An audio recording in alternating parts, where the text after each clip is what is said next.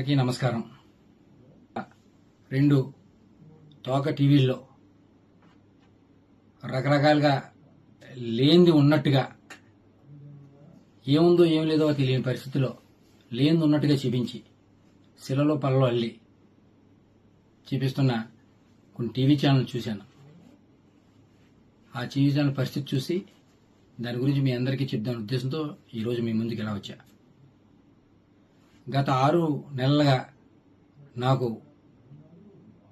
కొన్ని fake calls వస్తూ ఉన్నాయి అన్నోన్ నెంబర్ నుంచి.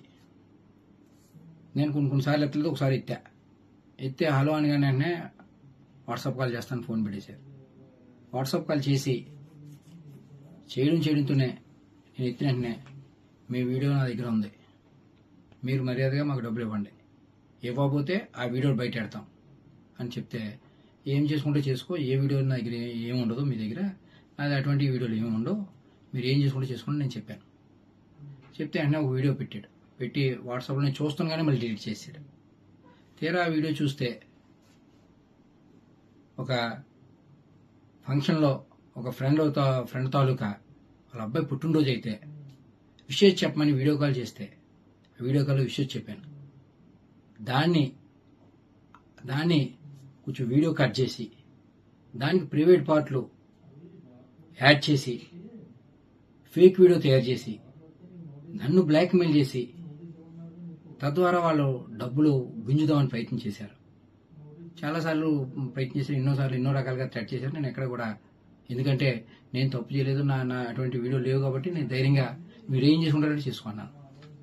అలా చాలాసార్లు చేసి ఇంకా ఎటు నేను లొంగపోవడంతో ఒకసారి ఫోన్ చేసి, సరే ఏదో తప్పు జరిగిందండి, ఇంకెప్పుడు ఇటువంటి చెయ్యం, మీరు మాకు కొంచెం హెల్ప్ చేయండి, ఇక్కడతో ఇది వదిలేస్తాం, ఏదో తప్పు రేటో చేసాం, మాకు మా వాళ్ళకి బాగాలేదు, హాస్పిటల్లో ఉన్నారని సాయం చేయమంటే డబ్బులు సాయం చేశాను.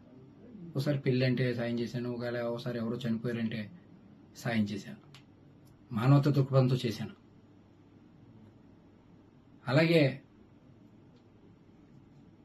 అది ఆసరాగా తీసుకుని వాళ్ళు మళ్ళీ నన్ను పెద్దగా డబ్బులు అడగడం మొదలెట్టారు, మళ్ళీ బ్లాక్మెయిల్ చేయడం మొదలెట్టారు. డబ్బులు ఇస్తారా, నేను వీడియో బయటమా, లేదా మీ ప్రత్యర్థులకి ఇస్తే మాకు చాలా డబ్బులు వస్తాయి అని నన్ను బ్లాక్మెయిల్ చేయడం మొదలెట్టారు. నేను ఎటువంటి నాకు సంబంధం లేనివాడిని, మీకెందుకు డబ్బులు ఇవ్వాలి, నేను డబ్బులు ఇవ్వను, మీరు ఏం చేసుకుంటారో చేసుకోండి, అవి కూడా మానవతా దృక్పథంతో మీరు అడిగారు కాబట్టి మీకు ఇచ్చా, నేను మాత్రం ఇచ్చే పరిస్థితి లేదని చెప్పడంతో సరే అయితే మీ రాజకీయ ప్రత్యర్థులకు ఇచ్చుకుంటామని వెళ్ళిపోయారు. అలా కొన్ని రోజులు నాకు మెసేజ్లు పెట్టారు, చాలా నెల రోజుల వరకు పెట్టారు. సుమారుగా 6 నెలలు నాకు నరకం చూపించారు, చాలా రకాలుగా వేధించారు, ఎన్నో రకాలుగా ఇబ్బంది పెట్టారు. తర్వాత నేను ఎప్పుడైతే ఏమన్నానో మీ ప్రత్యర్థులకి ఇస్తామని అన్నట్టుగానే ఆ వీడియో పట్టుకెళ్ళి ప్రత్యర్థులకి ఇచ్చారు, మా రాజకీయ ప్రత్యర్థులకి. ఆ ప్రత్యర్థులందరూ కూడా సోషల్ మీడియాలో రకరకాలుగా ఆ ఫేక్ వీడియోని, ఏదైతే డీప్ ఎడిటెడ్ ఫేక్ వీడియో, ఆ ఫేక్ వీడియోని అందరూ వైరల్ చేయడం, కొన్ని టీవీ ఛానల్లో అదే దానికి చెలలో పళ్ళలో అల్లించి చూపించడం, ఇటువంటి పరిస్థితులు ఇవాళ చూసాం. అందుకని గతంలోనే నేను జూన్ 1వ తారీఖునే ఇటువంటి నాకు చట్టింగ్ కాళ్ళు వస్తున్నాయని అప్పటి సీఏ ఒక నెంబర్ ఇచ్చి ఆయన సీఏ గారికి కూడా చెప్పడం జరిగింది. దీని మీద వెరిఫై చేసి నాకు ఫేక్ వస్తున్నాయి, ఎవరో ఏంటని కూడా చెప్పిన వార్తలుగా కూడా చెప్పాను. అప్పుడు తర్వాత తదనంతరం వెళ్ళో ఈ మధ్యకాలంలో బాగా నన్ను వేధించడం మొదలెడితే అప్పుడు వెంటనే నేను మన ఎస్పీ గారికి, ఏఎస్పీ గారికి చెప్పడం జరిగింది. రిటర్న్గా పోలీస్ స్టేషన్లో కూడా కంప్లైంట్ ఇచ్చాను. దానికి సంబంధించిన అన్ని డాక్యుమెంట్లు ఇమ్మన్నారు. ఈ 6 నెలల్లో మాకు వాళ్ళకి జరిగిన ట్రాన్సాక్షన్ ప్రతిదీ కూడా అన్నీ కూడా పోలీసు వాళ్ళకి సమర్పించాను. దాని మీద ఎంక్వైరీ చేసి తగు న్యాయం చేయమని కోరడం జరిగింది. నిజం ఇవ్వాలి కాబట్టి రేపన్నా తెలిసింది. ఖచ్చితంగా భగవంతుడే ఉన్నాడు. మీ అందరినీ కూడా మీడియా పరంగా మీ అందరినీ ఒకటే కోరుతా ఉన్నా, ఎందుకంటే ఇలాగా ఇటువంటి ఏదైతే ఈ టెక్నాలజీని వాడి చాలా మందిని ఇబ్బంది పడే పరిస్థితులు గతంలో చాలా చూసాం మనం. ఇవాళ నేను బాధితుడిని, నాలాగా ఇంకొక బాధితులు ఎవరో కూడా బారిన పడకుండా ఒక ఫేస్ యాప్, ఒక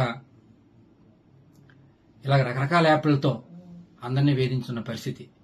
నాలాగా ఇంకొక బాధితుడు బాధపడకుండా ఇలాగా ఫేక్ వీడియోలు పెట్టి డబ్బుల గురించి ప్రయత్నం చేసే వాళ్ళకి సహాయ సహకారాలు అందకుండా అడ్డుకట్టు వేయాలని మీరందరూ ఆ దిశగా మీరందరూ సహాయ సహకారాలు అందియాలని వీళ్ళందరినీ కూడా చేతులు జోడించి వీళ్ళందరినీ అభ్యర్థిస్తా ఉన్నా.